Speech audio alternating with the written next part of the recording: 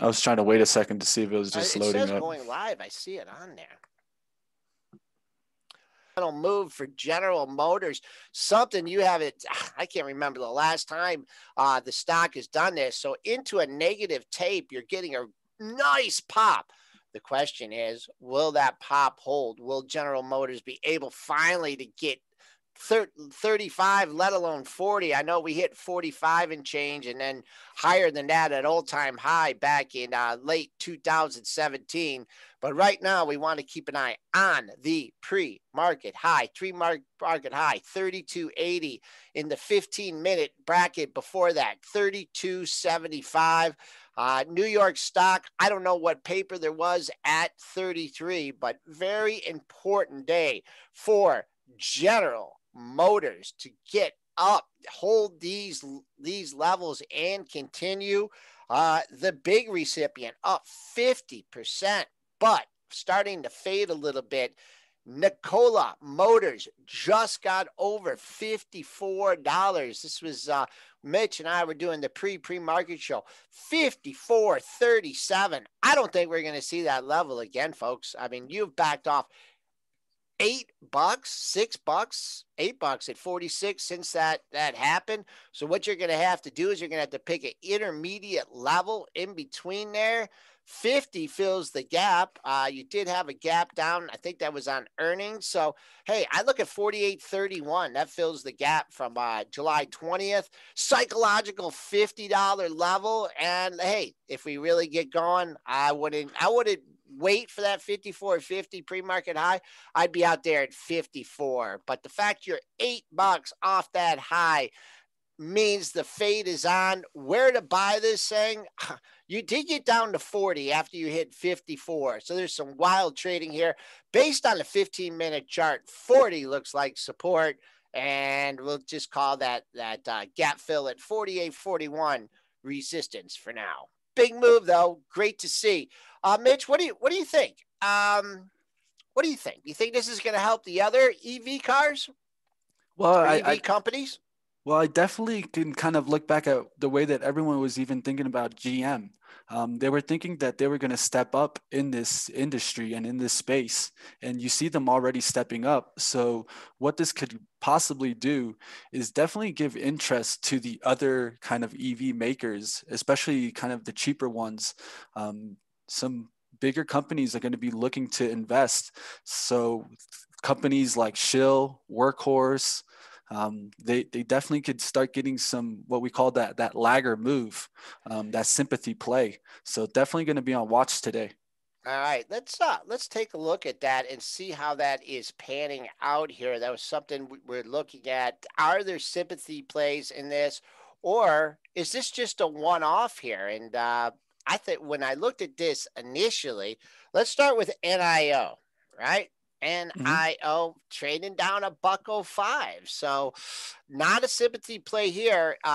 $16, that low on Fridays, that area of interest here. Nowhere near that, but big bounce off 16. Currently trading at 16.94.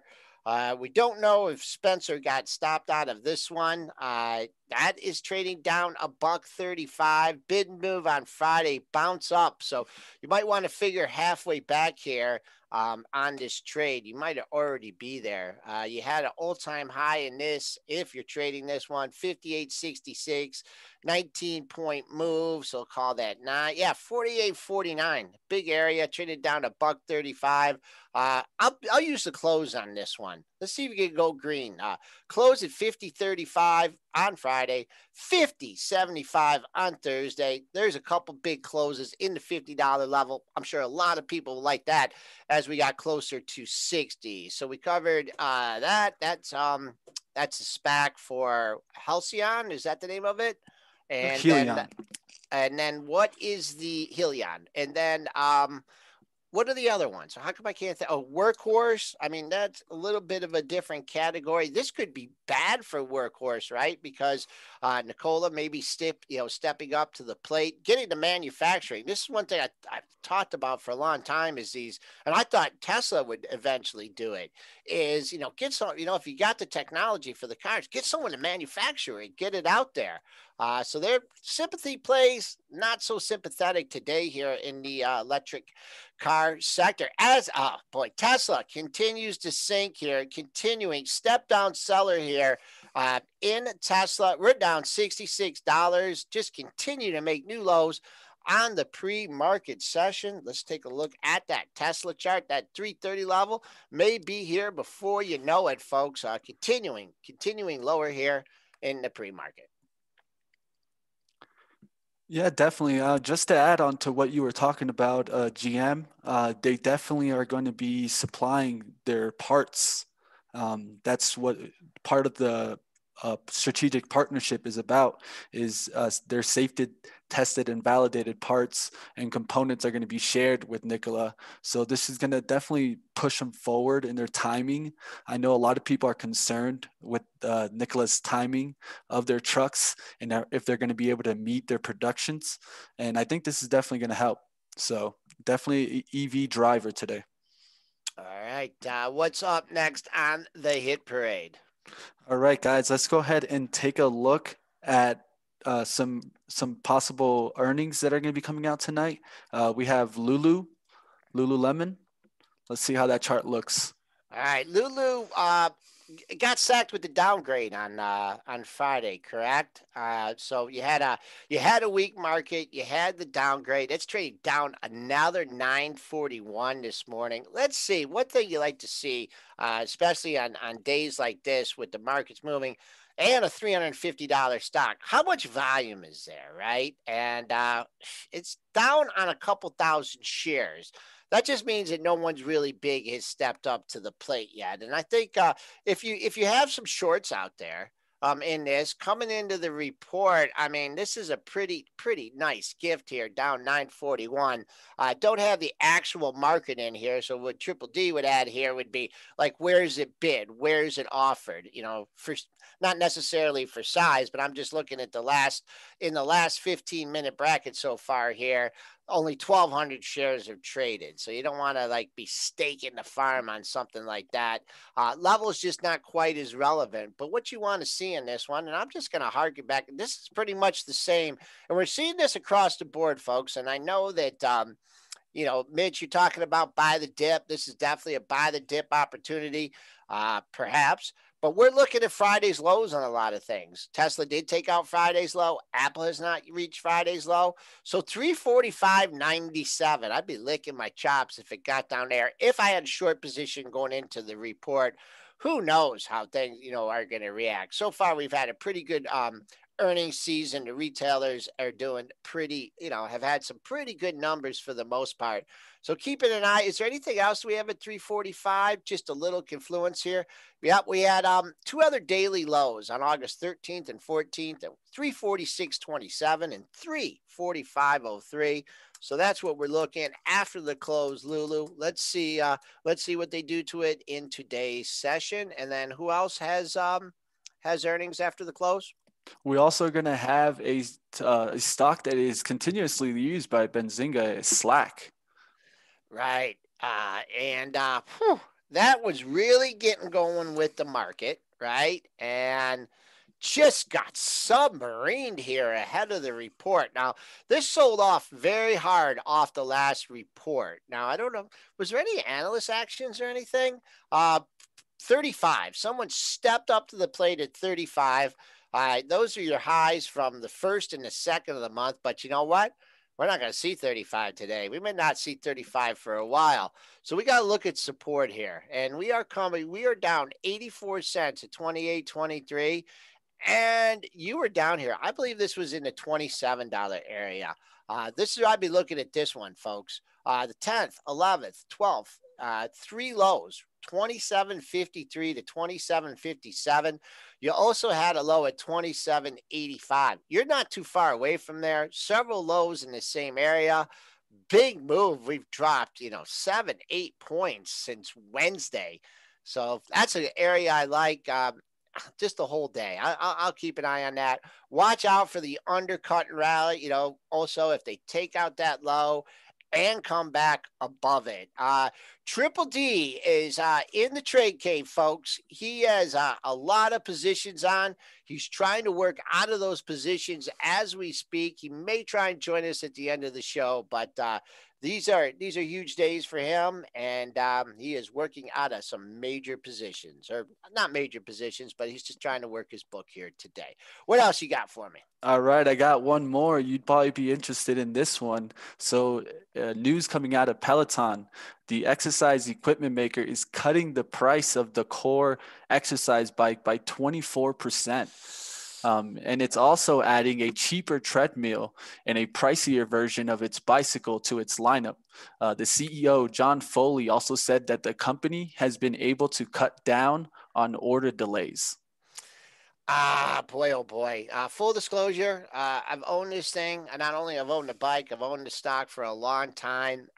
Man, it got top ticked by that analyst. I can't remember who slapped that $105 price target on it. Holding up okay relative to the market. Don't they have earnings coming up too? I believe so. Let me go ahead and check it out. Yeah, take a look at that, boy. I'd love to see a pop of this ahead of earnings. Once again, we're looking at the nowhere near Friday's low. Now I know we kind of went into a deep slide midday on Friday, and no one really stepped up to the plate in a lot of these stocks. So here you are, the market, 30 handles away from that low on Friday, and a lot of stocks that we're talking about are nowhere near those levels. So that low on Friday comes in way down there at 72.11. I don't know if you're going to get to see that today, folks. The close, 80.63. That's your big level there. Can it get green on the session? I wouldn't go to Friday's high as the next potential resistance level. Instead, I would look at the close on Thursday, 82.28 for Peloton. And then I'd love to see a bounce here. I'd love to say, hey, that low's in at 72. And what was the high? The high back is it around 92? Yeah, 82 is halfway back on this move. Also, that close on Thursday, man, oh man. Yes, I'll be tempted there. I'll be tempted but I'm gonna sit it out. This is in the long-term account, so not gonna be making trades in this one ahead of earnings, coin collector. Well, what do you think about them actually reducing the price in the bike, trying to make it a little bit more affordable? Is that a good thing or a bad thing? Yeah, that's a question to ask, really. Making less money, but can you sell more units? I think that's going to be very important. They got earnings coming out on Thursday, so after the close, so we'll definitely keep an eye out on this one. Boy, I read some stuff for some big expectations on this. So, and off the reports, just don't know. I mean, getting a cheaper bike, is a good thing. Are people making more affordable? Well, I already bought my bike, so I don't know if I'm going to get a rebate on it. I don't know. It's really hard. I can't to determine whether it's a good thing or bad thing. I'll just let the technicals, do the battle in this one. And I'd sure like to see this thing back above 82 and holding 82 for the long term. Softbank is not trading. Oh, no, there's an odd lot went up, but that's an OTC bulletin board trade. Can't really tell you much about Softbank. Are they out of their positions? There's a lot going on with that. Do they have more to sell? A lot of information, still unknown about that company. Little bounce in Apple. We did talk about 350. Not that there was a daily number there, but a psychological level. 350. Haven't seen 350 in a while. Where'd we get to? 350.81. Pre-market low, getting a little bit of a bounce here, as well as getting a little bit of a bounce in the S&P 500 futures, hit 65.25, trying to recover. Pre-market highs, I mentioned, is way up there at 34.47, and boy, we rallied off the bottom over 100 points on Friday. Let's see if that feat can be replicated today. All right, and one more before we bring on our guests. Like always, guys, definitely hit the like down below and support the channel. Let's go ahead and hit Disney here. They got upgraded to a buy from a hold from Deutsche Bank after they succeeded in the land grab phase. As many know, Mulan coming out over the weekend, a direct-to-consumer offer.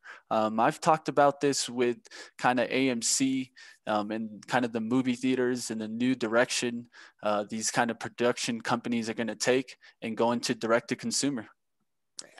Boy, oh boy, this is a tough one. Trading up, you did trade up even higher. Boy, that 135 couldn't get there. Pre-market low or pre-market high comes in at 134. Let's take a look. There is some shares being thrown around here. Unlike the Lululemon, I see maybe 20,000 shares being traded. Once again, all about the open for this one. I mean, it's up on a day when the market's down. Right now, I'm looking at the range from Friday. So support obviously at that low 129.42. Let's see what happens at if we get back to 135 again. And I don't know if we're going to. I think 134 is where perhaps some of the institutional offers are looking, not having to book open, but just looking, hey, you hit 134, boom, you backed off. Boom, you hit 134 again, boom, you backed off. Hit 134 again, you backed off. So I think my point is made here. Important for this to hold. Not the greatest day to get an upgrade, bucking the markets, but let's see how long that can persist. All right, is Mr. Shaheen around? So should we bring him on? Let me go to my controls here and see if Tricky Nicky has arrived, and he has. We are going to promote him right now. We're going to promote you to a panelist, Nick, so you can share your charts if you like. Mr. Shaheen, can you hear me loud and clear?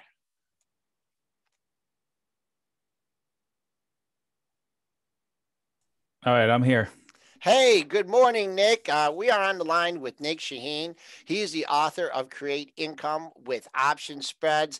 Topsy-turvy day here in the markets, Nick. Overall, I know you've been getting a little bit cautious up here on the rally, not really trying to pick tops or anything, but a little bit more cautious on the long side. What do you make of today's carnage in the markets? It's still within range of what happened over the weekend. So I had, off my phone, I was trying to keep up with the gang in the chat room, and I put in that we should look at the edges that happened. So 33.47 and change on the bottom, if I remember correctly. Mm-hmm. And there are a few levels on top. The one that sticks out the most was, 34.49, 34.50, let's call it for a round number. That was a pretty peaky fail. So anything in between is fair game, and they tried to maintain the in-between and they lost it. So they retested the high overnight and they're retesting the low. So far, all this mess, plus or minus 40 points, is within the forecast that I had right off my phone over the weekend. So no surprises. And after a violent week, we should expect a pendulum swing. Also, you have the rollover of the futures contracts on Wednesday, right? There's a whole bunch of stuff that that is above my pay grade. So I think, I don't know if I talked about it last time I was here, but 2 Wednesdays ago, I saw something in the market that I've never seen before, and occurred the Wednesday thereafter. So last Wednesday, it also happened. So before the close, I said, I'm missing a piece of the puzzle. I'm buying VIX calls. That was Wednesday. And we all know what happened on Thursday. When I'm missing a piece of the puzzle, I get nervous, and when I can't explain things, I just protect myself, or at least try to take a trade on that. Explain that. Okay. Yeah. And also, Nick, I promoted you to panelist here. Oh, okay. So, yeah. So if you want to do some screen sharing, you can do that. You can do that as well. We got my charts up there, but I know your multicolored charts or something. Somebody else is sharing screen, so I can't do that. I'm going to allow all panelists to share. Try it now. Well, okay. It says somebody else is sharing. Okay. Oh, okay. Let me. So somebody needs to stop sharing. Yeah, just stop it. Okay. I stopped sharing. Okay, there we go. It's fun to share, though. That's what you learn in school. You're supposed to share. And now Nick's telling me not to share. All right. Go ahead, Nick. All right. Hold on. Let me find the right screen. I don't want to share. You don't want to. Porn. I don't want to share porn. No. Sharing is caring, but not that sharing. Okay. So are we on? Do you see this? Yes, sir. Okay. Usually I watch the S&P. This is the S&P, whatever, 2-hour chart. And I also watch the VXX, not the VIX, intraday. And I watch them both on a 5-minute chart. And I usually see them, they're obviously inversely related. One ticks up, one ticks down. Every once in a while, there'll be like a few minutes of them like marrying each other and going in the same direction. But on 2 Wednesdays back to back, the VXX breaks out. And at the same time, the S&P turns around and says, I'm going to break out with you. And they rally the whole day together, hand in hand, tick for tick almost. I've never seen that happen before, ever. It happened 2 Wednesdays ago, and it happened last Wednesday. So I said, that's it. I'm putting my foot down. There's something we're missing. So I don't know what it is. And then the story came out about the billions and billions or whatever. And everybody in the chat room, I've gotten asked at least 24 times about it, and I got sick of it. So yesterday I just posted a long story about it. So whatever it is, it's happened. If you've read it 10 times from different sources, it's in the price already. So it's not going to have any more damage from here. So don't get wrapped up as to why, and just study levels and protect yourself. For example, this morning, this is an important level to hold. And if it fails, expect more downside in a couple of different tranches. It's a messy chart, I'm sorry, but we've had some clusters of support that were resistance on the way up, and they're going to act as support on the way down. So put that on paper, then you become less scared because you have a plan of sorts.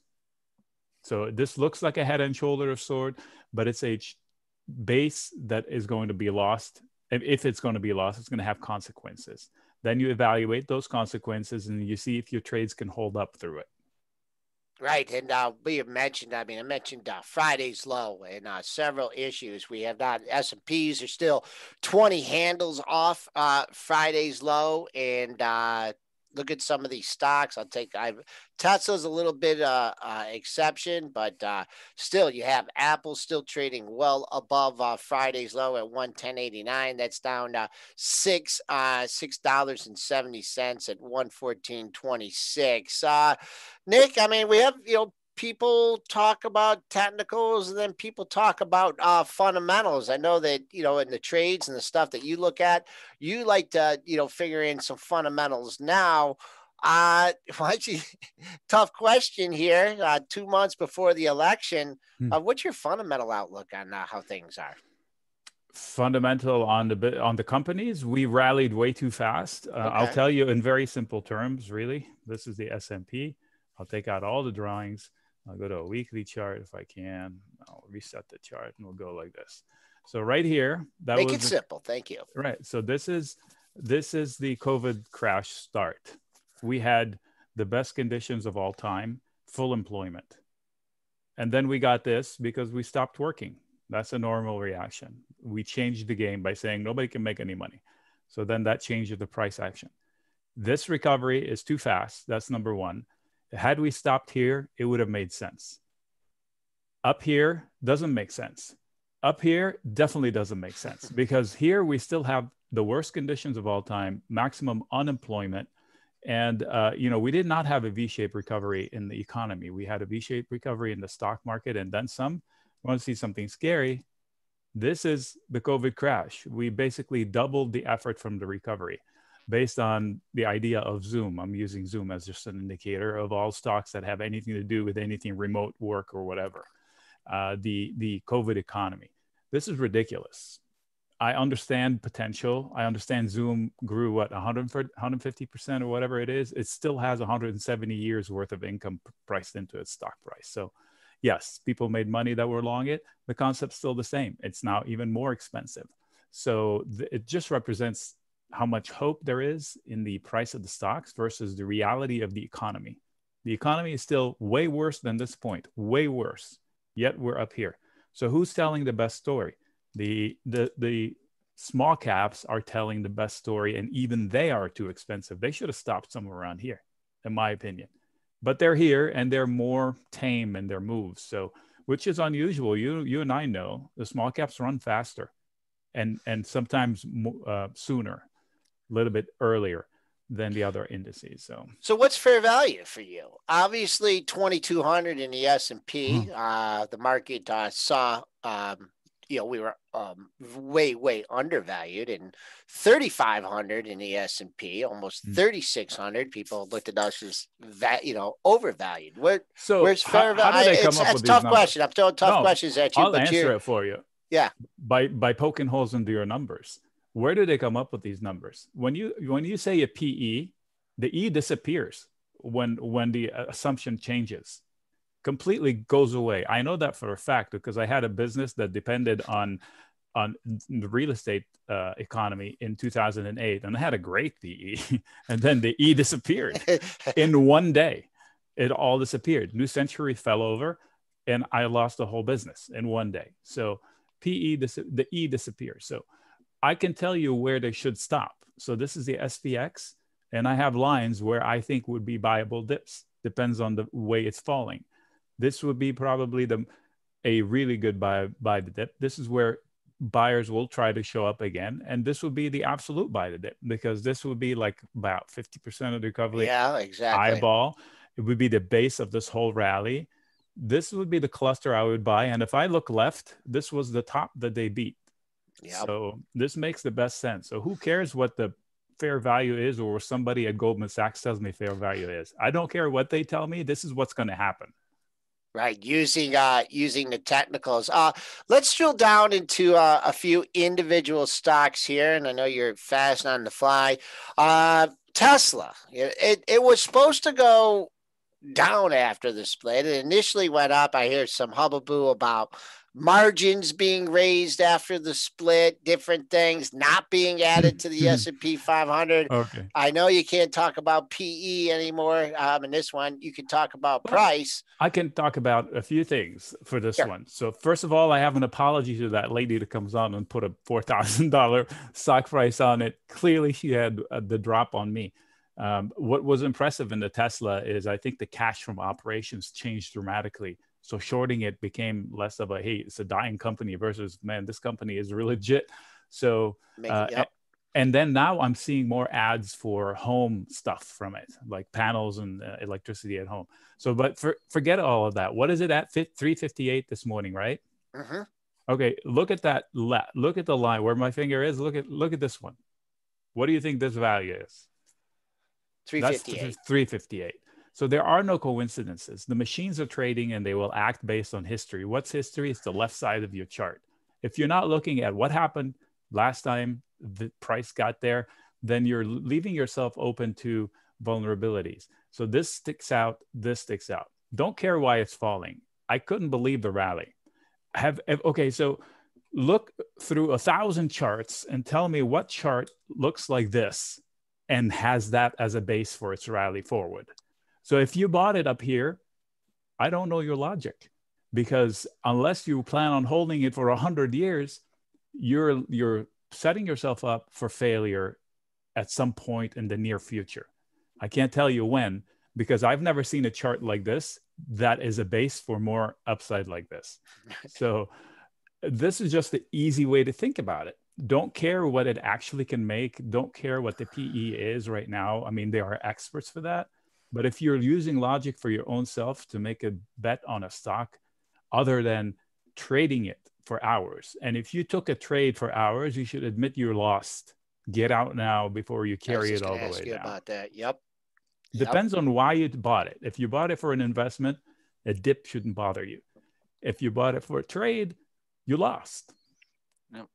Time to move on. How about what about the other split darling, Apple here? Now this is comfortably above the low from Friday, and I mentioned this in quite a few stocks. A little bit different with the P and E this one, right? Because they do make some money.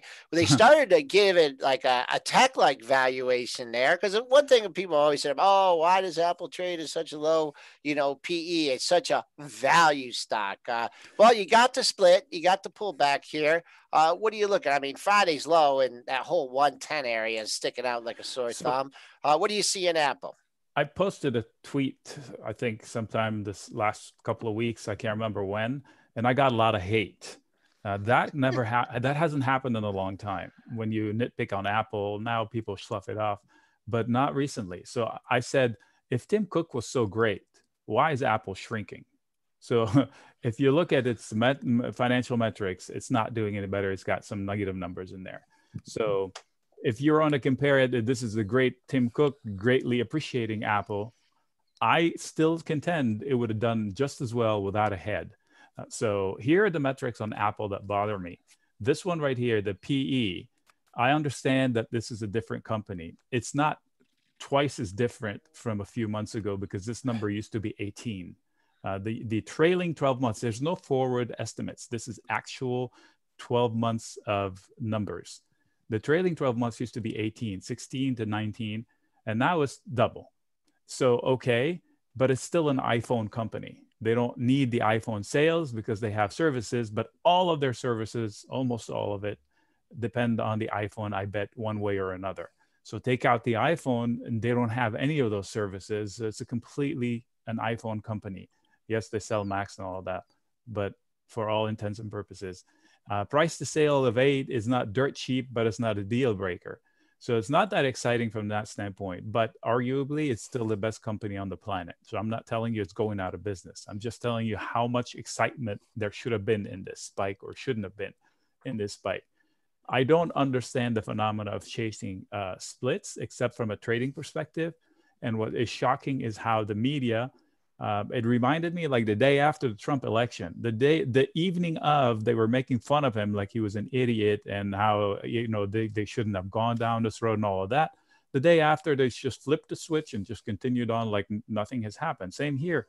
They spend decades telling us how you have to do your homework and don't chase splits and don't chase headlines. And suddenly Jim Cramer is doing specials on how to chase splits and how to trade like a Robinhood trader, and then he does a special on how to trade before the market opens, which he used to call pajama trader morons or whatever he did. So something has changed and whacked everybody out. This is where I say, you know what? I'm out. He's trying to compete with Benzinga's PreMarket Prep show. Right, there you go. He's trying to be hip with the time, right? So you guys come out here and talk charts, talk fundamentals, specific this, specific that. You're not chasing a meme. So you're probably dealing with it and seeing how we can work with it, but you're not propagating a meme and you're not, you know, telling me zero hedge article this, and which is freaking bizarre.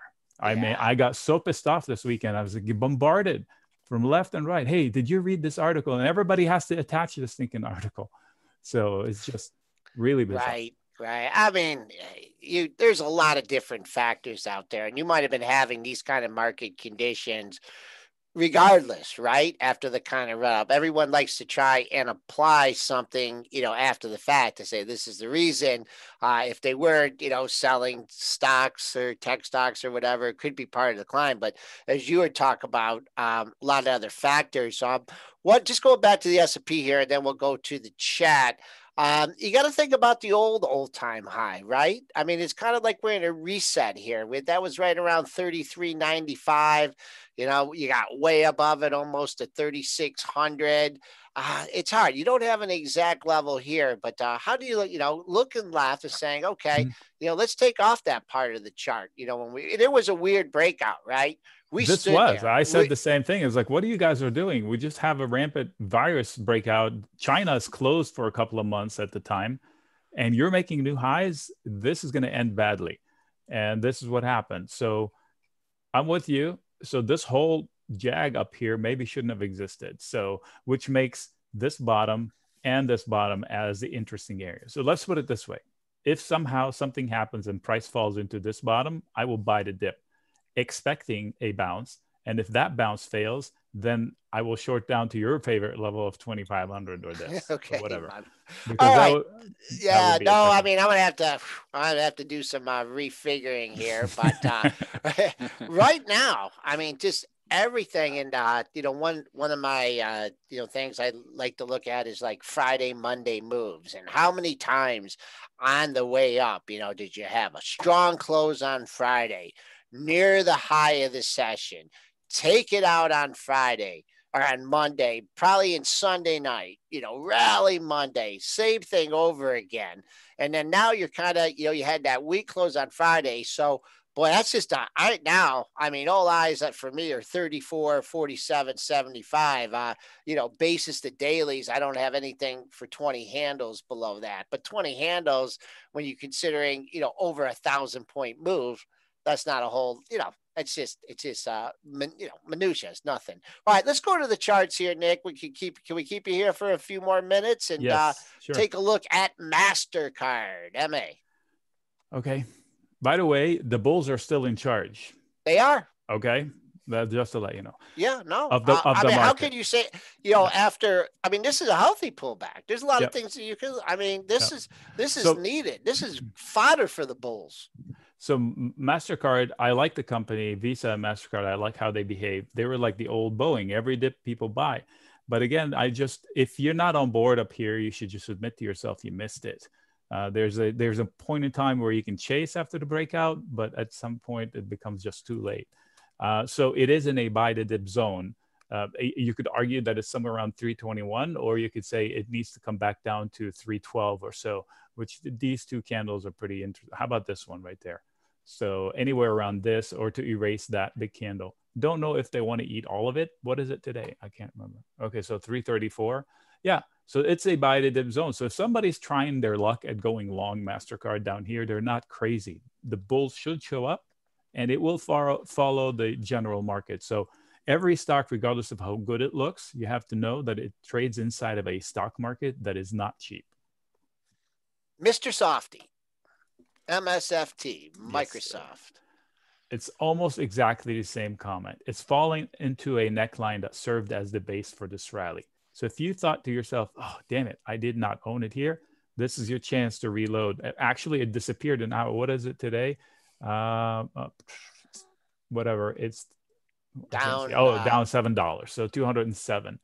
Okay, so you got your chance to re-ride the rally. This should hold. It was the base. They probably won't let it go very quickly. And if they do, you know that you have a cluster of support all the way through this line. Look, I have notes to myself to buy the dip. This is probably buy the dip 1 for somebody who's faster trader, somebody who has some longs that just wants to take another one. Down here, it would be a good place to do it. How would I do it? Whatever. If you buy stock, you buy stock. If you buy calls, you buy calls. If you sell put spreads, you can sell them down here, create even more buffer. There are all kinds of ways. Okay. All right. What else do we have here in the chat? How about we do BA, Boeing? Okay. Boeing is back to being a buy the dip company, in my opinion. And we've had good calls on it. And the way I would go long it on bad days. I would sell puts and put spreads into fear because it has a base. So now the natural upside, the progression of price is up. Technically, it still has a target above 200 and 300. And I've ridden that ride, and now I only have put spreads in it, sold put spreads in it. So I don't want to buy upside hopium until I get a trigger. A trigger would be something, a breach of this prior fail or a breach of that. So if you're short, get out when it breaks above this shorter term. Definitely get out if it breaks above that. If you want to get long, I would sell put spreads in it and let time do the rest. How about GM? General Motors getting a boost this morning, already on the fade. Yeah, GM investing in Nikola Motors that had faded off $54. Big move for GM. I'm just thinking, for me, can it hold these gains on it? It's having a great day. It's even a greater day when you look at the overall market. But, thanks for letting me know that I'm long Nikola. So. All right, man. 9 million shares have traded up $10 and did get up to 54. But give us your thought on those two stocks, and then we'll let you go. Well, Nikola, I hated the guy. I hated the stock. When he came out, I hated his message. But then I liked the chart, and I went long the chart. The day before, they popped like hugely. I forget what the news was. Something about a garbage truck orders. So I shared a long Nikola the day before, and the next day that breakout happened. So I haven't looked at that trade for a while. So today it'll probably be nice. GM, I said I wanted to go along something American, and I chose Ford. under 7, and then I bought Leaps, and then it rallied to over 7. So I like GM. I don't like the start here, because this was the a breakdown area, not just one line, several lines. So onus is on the bulls to be able to maintain that dollar in something that they're rallying right now, because this whatever this high here is still in the face of it, 31.70. So this morning's battle is important, because it looks like higher lows butting up against a failing line of prior fail. So onus is on the bulls to take it out. And if they can overshoot. So expect some resistance all along these lines there. Let me see if I have any lines on there. All right, I Nick. do, but Nick, thanks a lot for doing overtime today here sure. on Benzinga's pre-market prep show. Enjoy your calm demeanor here in these markets, and excellent charts, excellent things to look at. So we're going to let you go here, and we are going to bring in Triple D here. He did raise his hand. Triple D, everyone wants to know how you're doing here on this crazy Tuesday morning. Been doing better. It's one of those disaster management days. And you know what? I thought I was hedged. I was like, I feel like I'm pretty good hedged. I had like about 70 positions coming in, a lot of tech longs, and I had some tech shorts. So I thought I was pretty good hedged, but there's a lot of tech stocks that are just trading higher.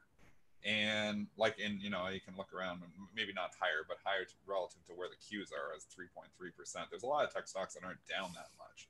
So it's been a really weird rotation today. It's one of those days that you just have it's hard to get a feel for it. I mean, it was clear rotation out of tech and into value earlier. And now they've started smacking value around a little bit here. You've seen, the IWM come down about 1% since about an hour ago. So you're starting to see, the value start to get hit.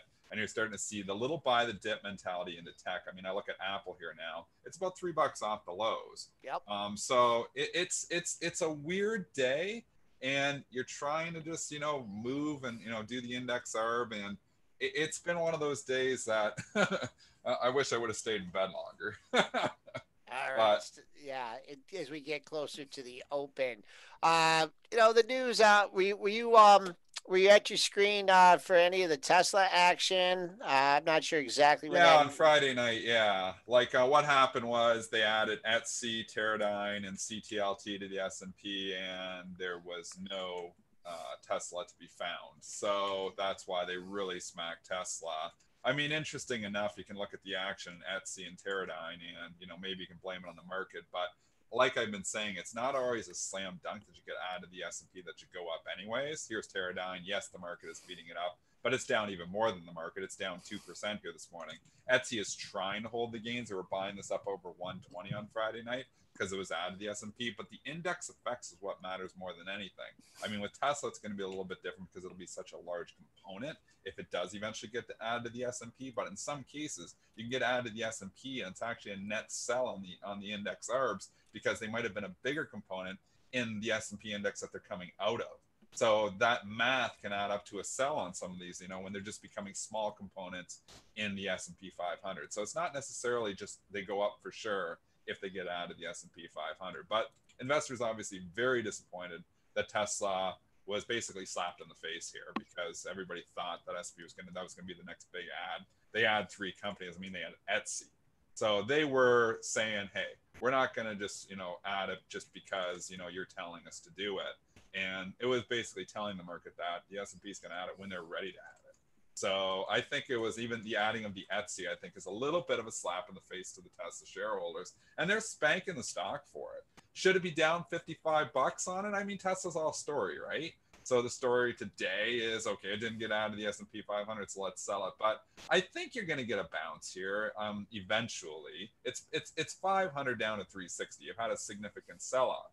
Valuation makes 0 sense. It's always made 0 sense, so you can't look at it that way. Is the story just cooled off, or is it starting to break? I mean, that's the question on a lot of these tech names. They've had some incredible runs. We've had some profit taking here the last few days. I agree with Nick. I was listening to him. I think the bulls are still in control here, so I'm not throwing in the towel on all the tech longs, but cautious on the buy the dips. I'm being very selective. I did buy some Rocket. I think I might even able to some more rocket here today because I bought a partial piece. I might buy more of a piece here today.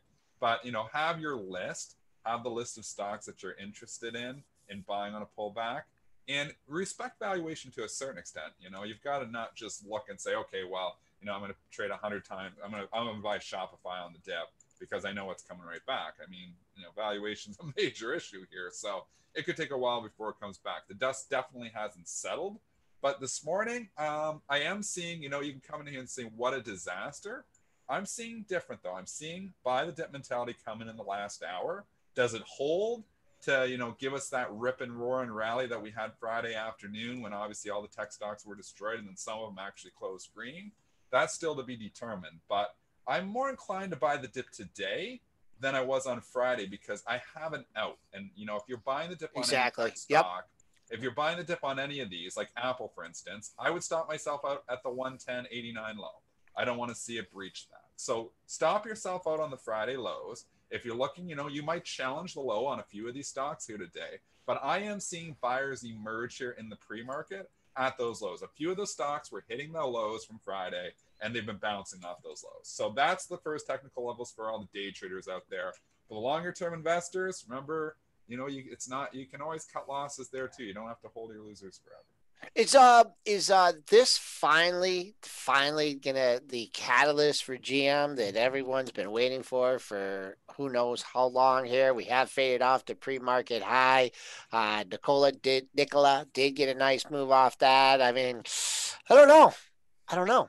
Is this a catalyst? Is this a catalyst that GM's been looking for years? Oh, I don't think so. I think they're just buying it because it's got a story and they're like, oh, boom, look at GM getting involved in electric cars. I think the GM rally was to be faded. It got up over 32.5.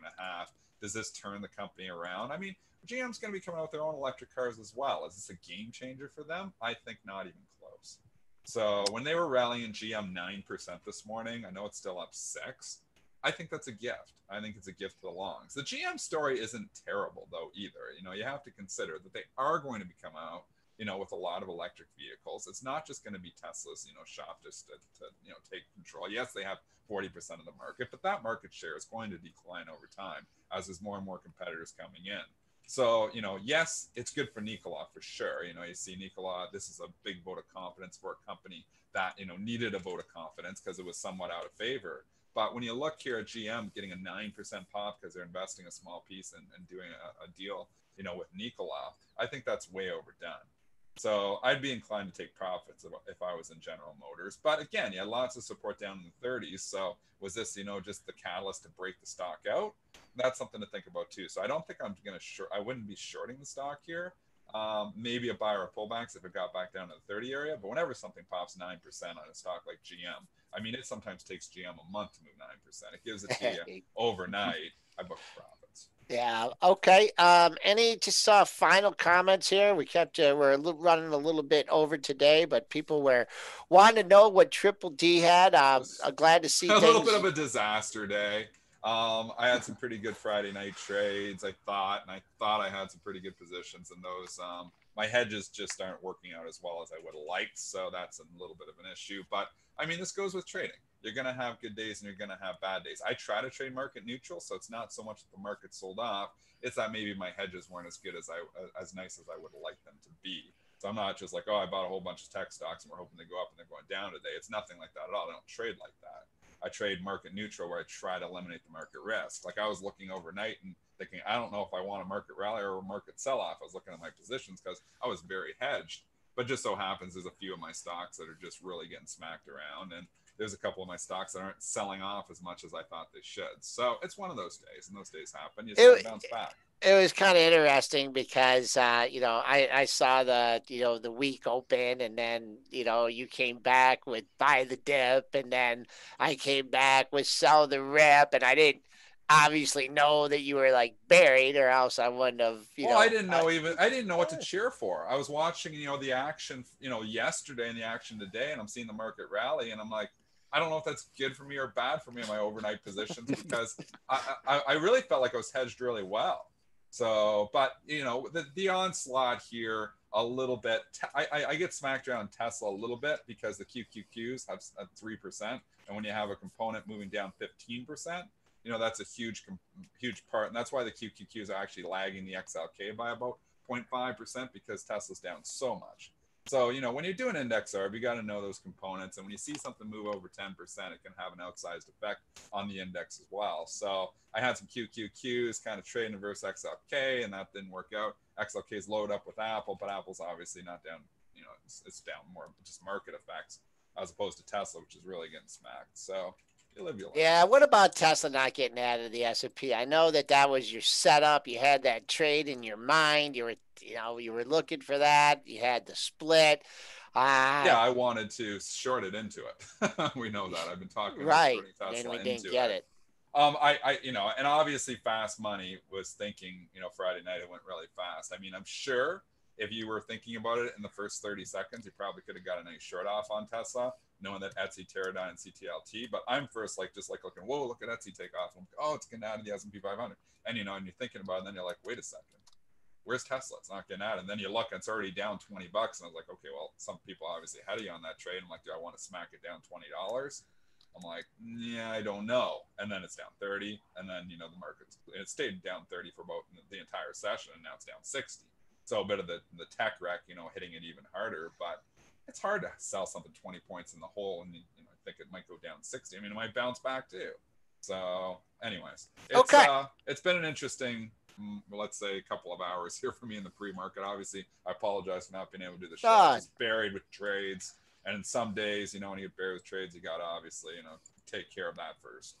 Yeah, well, get that shovel back out and dig what yourself. We're trying to do. Dig ourselves out of a hole here today. It's a pretty good sized hole I'm looking at right now. So and I'll talk to you at like 9:50, and you're like, I ended up making $42.87 or something. I got out of it somehow. I don't know. This one's a pretty good mess. It's going to take some real interesting trading to try to get out of this mess that I've got myself into. Well, it's a good lesson. Sometimes break even or even slightly in the green is a great day. Sometimes losing a lot of money is a great day if you didn't lose a real lot of money. So, I've had great days where you just lose a little bit of money when you should have lost a lot of money. And it might be one of those days. I'm going to try to just lose a little bit of money today. And, you've got to, be able to take the winning trades with the losing trades, the winning days with the losing days. People have started in the last month and are, or in the last few months, and are long only traders, haven't really seen, where, oh my goodness, I can lose money in this because it's been a straight up market, and that doesn't last. Markets oscillate, they go up and down. It's been a very nice market if you're a long only trader. I love the down markets. Friday, just put in perspective, was my best day in 2 months. So, a day like this usually would be pretty good for me too. I just was positioned wrong overnight. If the volatility keeps up, it's not out of realm of possibility that I could get the money back because there's so much volatility here, and I live on volatility. So, but I'm starting from a pretty big hole today. So, one of my daily winning streaks might be in jeopardy. Jeopardy here? Okay. Yeah, I've been on a roll, man. I'd have to go look at the sheets. Don't say it. I know. I think I've only had one losing day in the last 2 months or 3 months. So it's been rolling. So I don't know if I'm going to get back this time, though. Okay. Well, I got a lot of work to do. All right. Well, we'll let you get back to work, and we'll be back to normal on Wednesday. So I will check in with you in a little bit. All the information, material, and or content contained in this program is for informational purposes only. Investing in stocks, options, futures is not suitable for all investors. Please consult your own independent financial advisor before making any investment decisions. Rounding out the market here, that pre-market low 33.63. We'll be looking for a test of that and a bounce, still holding above Friday's low. So for me, that's the line in the sand, whether you're looking at individual stocks or you're looking at, the indexes. We got some earnings after the close with Lululemon and Slack. On tomorrow's show, we will have Frank Holmes, the creator of the Jets ETF, and join Mitch and I on the same channel, same airways again at 3:40 this afternoon, while we will wrap up this wild session on Wall Street. Thanks all for joining us. Back with you at 3:40. Hit the like down below.